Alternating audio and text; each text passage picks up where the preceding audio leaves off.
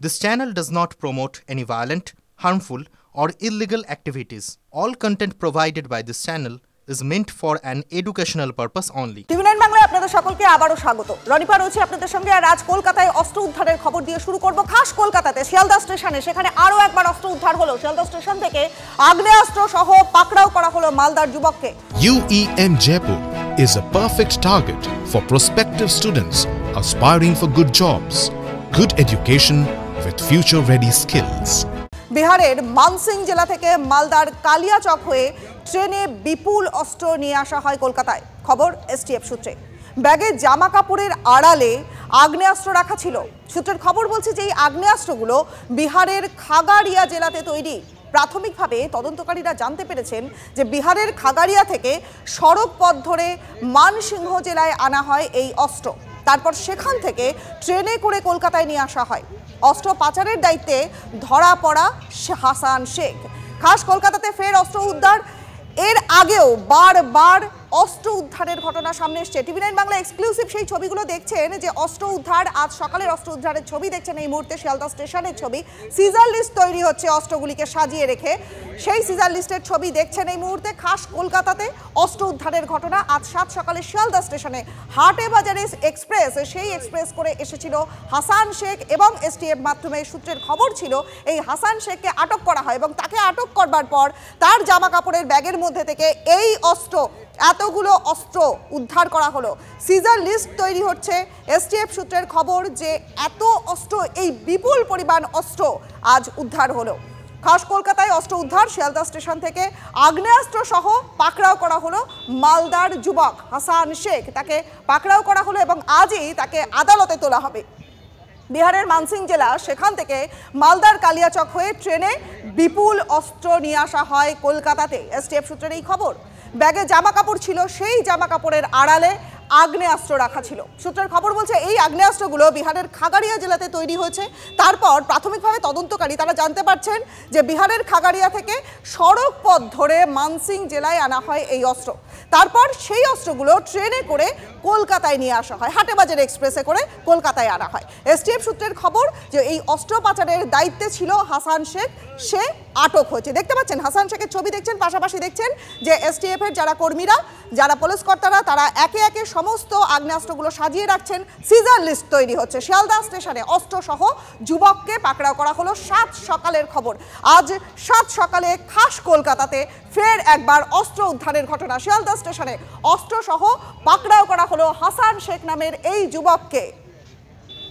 খাস কলকাতাতে আরো একবার অস্ত্র উদ্ধারের ঘটনা। শিয়ালদা স্টেশন থেকে আগ্নেয়াস্ত্র সহ পাকড়াও করা হলো মালদার যুবক হাসান শেখকে। বিহারের মানসিং জেলা থেকে মালদার কালিয়াচক হয়ে ট্রেনে বিপুল পরিমাণ অস্ত্র আনা হচ্ছিল কলকাতাতে। এসটিএফ সূত্রের এই খবর।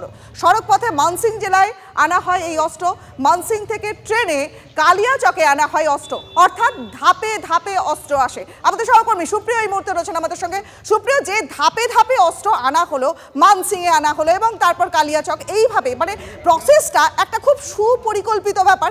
তার মধ্যে থেকেই একজনকে ধরা হলো, একজনকে আটক করা হলো হাসান শেখ। আর কি কি তথ্য পাচ্ছ যে এর পেছনে আর কি কি কে আছে এবং কোন জায়গাতে নিয়ে যাওয়া হচ্ছিল আসলে এই অস্ত্রগুলো? দেখো, গোটা বিষয়টি এখনো পর্যন্ত প্রাথমিক পর্যায়ে রয়েছে, এমনটাই কিন্তু এসটিএফ এর তরফ থেকে দাবি করা হচ্ছে। এবং এই হাসান শেখ, সে মালদার কালিয়াচকের বাসিন্দা। মালদা থেকে সে বিহারে যায় এবং বিহার থেকে এই বিপুল পরিমাণ আগ্নেয়াস্ত্র সে কলকাতায় নিয়ে আসার জন্য রওনা হয়েছিল। এবং সে সেই জায়গা থেকে, যেটা প্রাথমিকভাবে তদন্তকারীরা মনে করছেন, যে মানসিংহ স্টেশনের একটি রেলের টিকিট তার কাছ থেকে উদ্ধার হয়েছে এবং ওই স্টেশন থেকেই সে এই আগ্নেয়াস্ত্র নিয়ে হাটে বাজারে এক্সপ্রেসে চেপেছিল, এমনটা প্রাথমিকভাবে অনুমান করছেন তদন্তকারীরা। যদিও গোটা বিষয়টা জিজ্ঞাসাবাদের পর আরো স্পষ্ট হবে। এবং হাটে বাজারে এক্সপ্রেস যখন আজ ভোরে শিয়ালদা স্টেশনে পৌঁছয়, সেই সময় গোপন সূত্রে পাওয়া খবরের ভিত্তিতে এসটিএফ এর গোয়েন্দারা তারা হাটে বাজারে এক্সপ্রেসে তল্লাশি চালায় নির্দিষ্ট ওই কম্পার্টমেন্টে। এবং সেখানে তল্লাশি চালিয়ে এই হাসান শেখকে প্রথমে আটক করা হয় এবং তার সঙ্গে থাকা যে ট্রলি ব্যাগ ছিল, সেই ট্রলি ব্যাগে তল্লাশি চালিয়ে জামা কাপড়ের নিচ থেকে 6টি আগ্নেয়াস্ত্র তার কাছ থেকে উদ্ধার হয়েছে এবং 8 রাউন্ড কার্তুজ পাওয়া গেছে।